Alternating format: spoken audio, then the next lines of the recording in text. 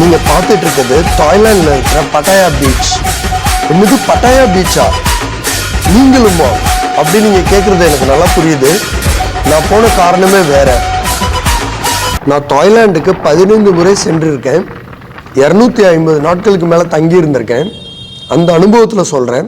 Thailand ஒரு கலாச்சாரம் மிக்க நல்ல மனிதர்களை கொண்ட இயற்கை அழகு நிறைந்த ஒரு தேசம். நீங்க இப்ப பார்த்துட்டு இருக்கிறது பட்டாயா வாக்கிங் ஸ்ட்ரீட். இப்படி ஒரு வாக்கிங் ஸ்ட்ரீட்டை நீங்க உங்க வாழ்க்கையில பார்த்துருப்பீங்களான்றது சந்தேகம்தான். இன்னைக்கு என்ன சிறப்புனா, Asia cross country rally 2025 August 8 start பண்ணி 16 நிறைவடைந்தது. இதில் 140 காருக்கு மேலே பார்ட்டிசிபேட் பண்ணாங்க. மிக பிரம்மாண்டமான ரேலி 1996 தொடர்ந்து நடைபெற்று வருகிறது. இது 30வது ஆனிவர்சரி கொண்டாட்டம். ஏசியாவில் உள்ள கிட்டத்தட்ட அனைத்து நாடுகளும் பங்கு பெறும் மிகப்பெரிய ரேலி.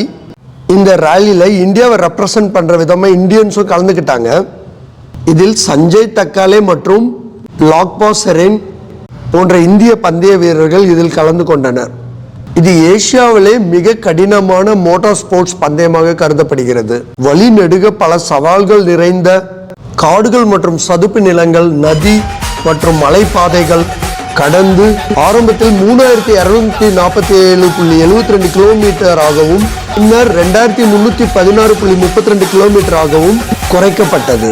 தாய்லாந்து மற்றும் கம்போடியாவாக இருந்த பயணம் எல்லை பிரச்சனைகள் உருவானதால் டிஸ்டன்ஸ் குறைக்கப்பட்டது. பட்டாயாவில் ஆரம்பித்து தாய்லாந்து பிராஜின் போரி வழியாக கவுயாய் வழியாக மீண்டும் பட்டாயாவில் நிறைவுற்றது. இதில் முதல் பரிசை மிட்சுபிஷி ராலியர் டீம் பெற்றது.